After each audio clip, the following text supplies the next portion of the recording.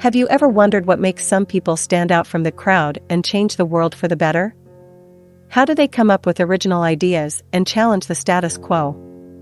And how can you become more like them? If you're curious about these questions, then you might want to check out this book, Originals: How Non-Conformists Move the World by Adam Grant. This book is not just a collection of inspiring stories and anecdotes. It's also a research-based guide on how to unleash your creativity, overcome your fears, and make a positive impact. Whether you're an entrepreneur, an artist, a leader, or a student, you'll find valuable insights and practical tips on how to think differently and act boldly. In this video, I'm going to share with you some of the key takeaways from this book and how you can apply them in your everyday life. You'll learn how to generate more and better ideas, how to test and refine them, how to pitch them to others, and how to deal with criticism and resistance. You'll also discover how to build a culture of originality in your team, your organization, or your community. So if you're ready to become more original and make a difference in the world, then stay tuned and watch this video till the end. Trust me, you won't regret it. Imagine you have a brilliant idea that could change the world for the better. But you're afraid to share it with anyone, because you think they might laugh at you, reject you, or steal your idea.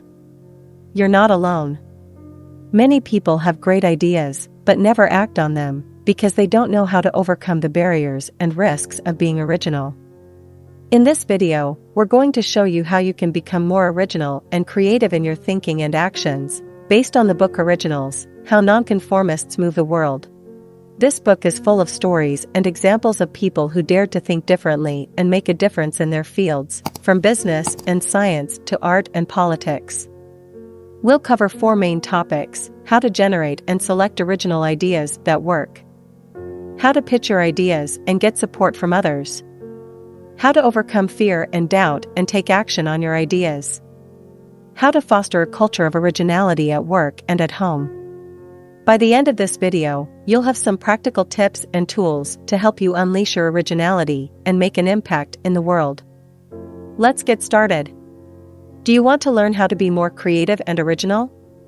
Do you want to know how some people can come up with amazing ideas and make a difference in the world? Well, you're in luck, because I'm going to tell you about a book that will blow your mind. It's called Originals: How Non-Conformists Move the World, and it's written by a guy named Adam Grant. He's a psychologist who studies how people think and act differently, and he has some fascinating stories and insights to share with us. The book is divided into 8 chapters, each one focusing on a different aspect of originality. Here's a quick summary of what you'll learn from each chapter: the power of creative destruction. This chapter is about how to generate and select original ideas. You'll learn why it's important to have a lot of ideas, even bad ones, and how to avoid falling in love with your first idea. You'll also learn why procrastination can sometimes be good for creativity, and how to use feedback to improve your ideas. Blind inventors and one-eyed investors. This chapter is about how to pitch your original ideas to others. You'll learn why it's hard to predict which ideas will succeed or fail, and how to avoid being too optimistic or pessimistic. You'll also learn how to balance novelty and familiarity, and how to use humor and emotions to persuade others. Out on a limb. This chapter is about how to overcome fear and take action on your original ideas. You'll learn why most people are afraid of voicing their opinions or challenging the status quo, and how to overcome these fears. You'll also learn how to build allies and coalitions, and how to deal with criticism and backlash. Fools rush in. This chapter is about how to manage risk and uncertainty when pursuing original ideas. You'll learn why being first is not always best, and how to avoid being too early or too late. You'll also learn how to diversify your portfolio of ideas, and how to hedge your bets. Goldilocks and the Trojan Horse. This chapter is about how to create change within an organization or a system. You'll learn why it's hard to change the culture or the rules of a group, and how to overcome these barriers. You'll also learn how to use timing and framing to make your ideas more appealing, and how to use stealth and persistence to make them stick. Rebel with a cause. This chapter is about how to motivate yourself and others to pursue original ideas. You'll learn why some people are more driven than others, and how to cultivate a sense of purpose and passion. You'll also learn how to balance conformity and dissent, and how to use values and identity to inspire action. Rethinking groupthink. This chapter is about how to foster originality in groups and teams. You'll learn why some groups are more creative than others, and how to avoid groupthink and conformity. You'll also learn how to encourage diversity and dissent, and how to harness collective wisdom. Rocking the boat and keeping it steady. This chapter is about how to balance originality with stability in your life. You'll learn why being original can be stressful and exhausting, and how to cope with these challenges. You'll also learn how to find harmony between your personal and professional roles, and how to support the originality of your family and friends. Some tips on how to generate and select original ideas that work.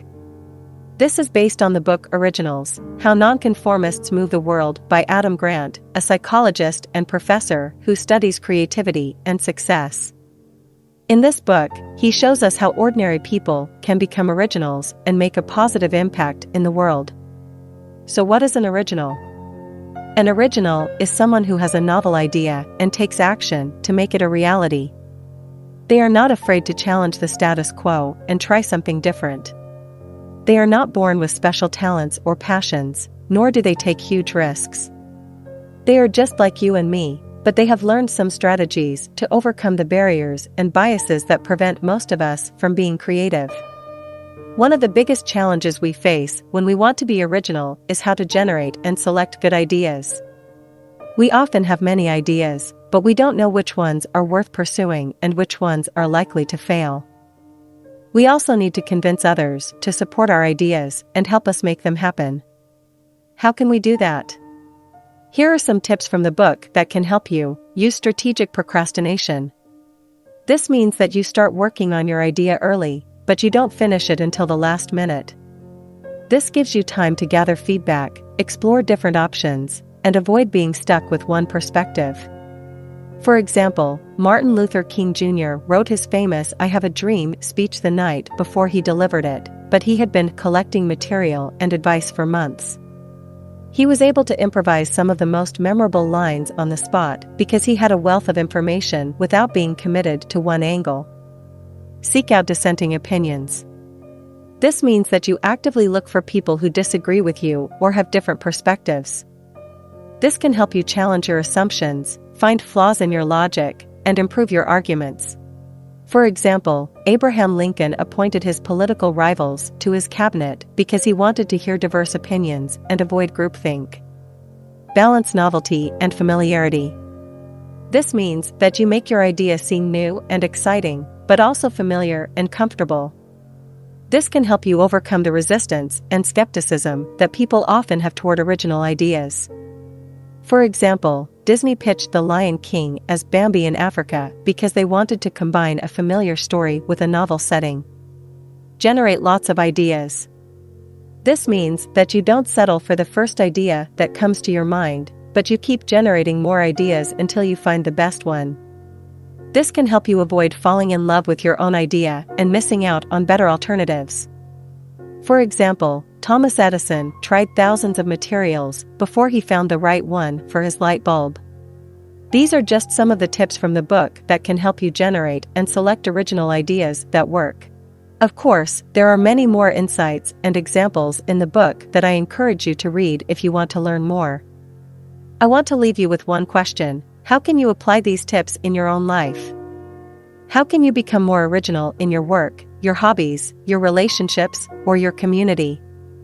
Think about it and share your thoughts in the comments below. One of the key challenges of being original is generating and selecting good ideas. Grant suggests that we should generate a lot of ideas, seek feedback from diverse sources, and avoid being too attached to our first thoughts. He also recommends using strategic procrastination, which means taking a break after working on an idea to let it incubate and explore new options. Another challenge is getting buy-in from others who may resist or reject our ideas. Grant advises us to use tempered radicalism and familiarity to make our ideas more acceptable. Tempered radicalism means presenting our ideas as less extreme or more aligned with existing values. Familiarity means making our ideas more recognizable or relatable by using analogies, stories, or examples.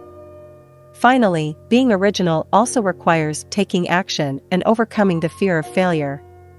Grant encourages us to embrace failure as a learning opportunity and to see ourselves as works in progress. He also urges us to find allies and collaborators who share our vision and can help us execute it. Being original is not easy, but it can be rewarding and impactful.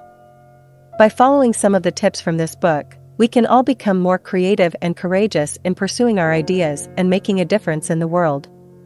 Originals are people who dare to think differently and challenge the status quo. They are the ones who come up with new and improved ways of doing things, and they are not afraid to act on their visions. But how do they do it? How do they overcome the fear of failure, rejection, or ridicule that often stops us from pursuing our dreams? Grant shares some surprising insights and practical tips from his research and interviews with various originals, such as entrepreneurs, artists, activists, and leaders.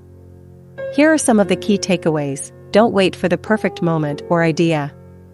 Start with something that interests you and keep improving it along the way.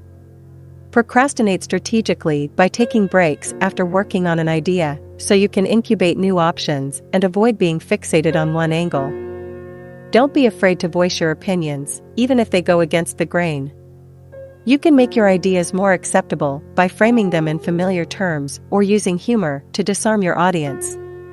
You can also build allies by seeking feedback from people who share your values or vision. Don't let fear of failure stop you from trying new things. Failure is inevitable and necessary for learning and growth. You can reduce the risk of failure by diversifying your portfolio of ideas or projects, so you have more chances of success. You can also learn from others' failures and avoid repeating their mistakes. Don't let doubt paralyze you from taking action. Doubt is normal and healthy, as it shows that you care about your work and want to do it well. You can use doubt as a motivator by setting high standards for yourself and seeking constructive criticism. You can also overcome doubt by finding role models who have overcome similar challenges or by joining a supportive community of like-minded people. These are just some of the ways that originals overcome fear and doubt and take action on their ideas. By applying these strategies, you too can unleash your creativity and make a positive impact in the world. Many people have original ideas, but they don't act on them. They are what Adam Grant calls originals, people who dare to think differently and challenge the status quo. Grant shows us how we can become more original and creative in our work and life. He shares stories and examples of successful originals, such as Martin Luther King Jr., Steve Jobs, and J.K. Rowling, and reveals the secrets of their success. He also explains why some originals fail and how we can avoid their mistakes. One of the key lessons from the book is that originality is not a fixed trait that we are born with. It is a skill that we can develop and improve with practice. Grant gives us some practical tips on how to generate, select, and refine our ideas, how to overcome our fears and doubts, how to persuade others to support our vision, and how to foster a culture of originality at work and at home. For example, he suggests that we should procrastinate strategically to allow our ideas to incubate and improve over time. Seek feedback from people who disagree with us to challenge our assumptions and broaden our perspectives. Present our ideas as novel and familiar at the same time to reduce the resistance and increase the acceptance of our audience. Balance our risk-taking with caution to avoid being too reckless or too conservative. Encourage dissent and diversity to stimulate creativity and innovation in our teams and organizations.